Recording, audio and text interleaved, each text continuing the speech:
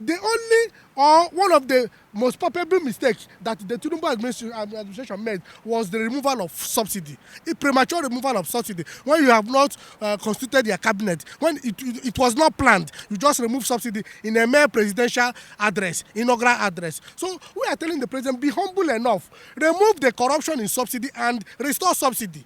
It is the corruption in subsidy that all the major presidential candidates identified, and all of them agreed that they were going to remove subsidy. Obi said he was going to remove subsidy. Atiku said he was going to remove subsidy. And Tinubu now also campaigned that he was going to remove subsidy. So when he was during the inauguration, he now felt he was being courageous enough and bold enough to remove it. Since other presidential candidates have identified it that they were going to remove it. That is not the issue. The issue of subsidy, the issue with subsidy is the corruption in subsidy. Now with the removal, we have all now realized that all Nigerians benefited from subsidy, either directly or indirectly. It is not obvious to us. It is palpable. So now, the president should humble himself, remove the corruption. The corruption in subsidy was perpetrated and presided over by Mele Kyari, who is the group managing director of NNPC. Why is Mele Kyari still in office? Why is Tinubu celebrating a failure? A corrupt person, somebody that gave us false projection, daily consumption. Upon removal of subsidy, the daily consumption dropped by almost 200%, which means Mele Kyari and the man at the mainstream and downstream and mainstream and downstream regulatory sector in working in connivance with the NNPC, they gave Nigerians false projection of what was our daily consumption. And the former minister of finance told us that Nigeria was subsidizing 18.3 something billion naira daily subsidy. All these things we are forced. Where is the money that have been stolen in subsidy? Tinubu should probe the subsidy regime.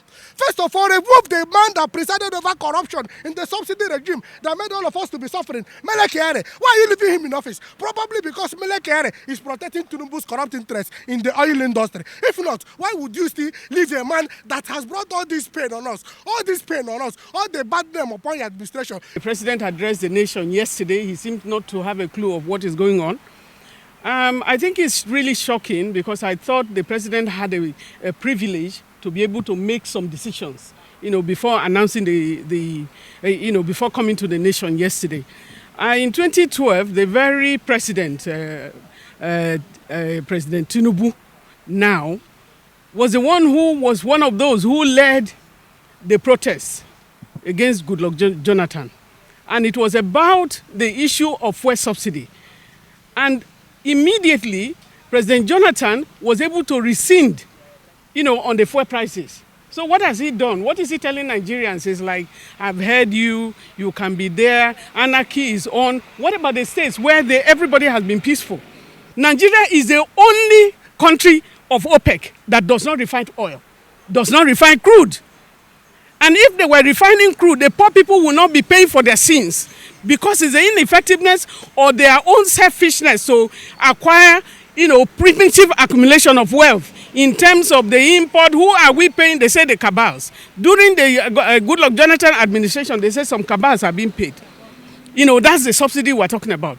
But in places like Libya, Muammar Gaddafi of blessed memory used the money of Libya, used the money from their crude, from their oil, to bring down prices of things, to ensure that even young people who are married can get a 2-bedroom flat, because they are Libyans. And so what is the benefit of what we are going? At this very auspicious time, the president could afford to go for another presidential jet. The president could afford to even buy, is it boat or whatever they call it, cruise boat, when there is no water in Abuja. He has not addressed the needs of the people. Well, we told him the needs, the demands. Leave the petrol the way you made it. And if you look at from the report coming, a particular place in this world, they have been importing fuel, refined fuel. Last year, December, they told us, our witnesses, that they have completed technically Port Harcourt refinery.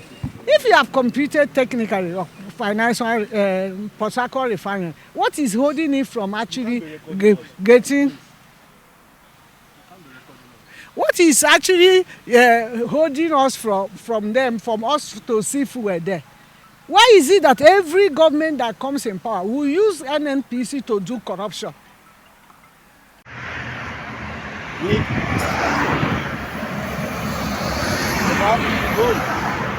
See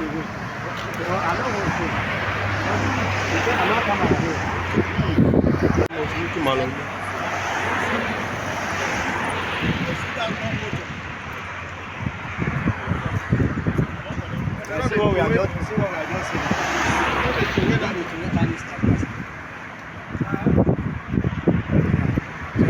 just saying.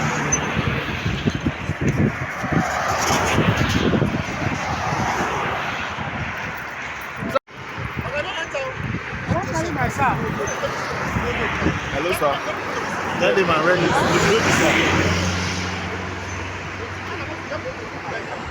Sir? Okay. Just on a tear gun. Hello?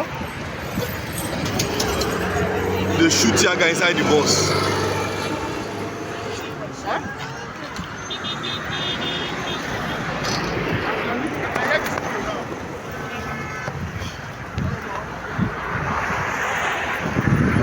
Shoot. No Allah.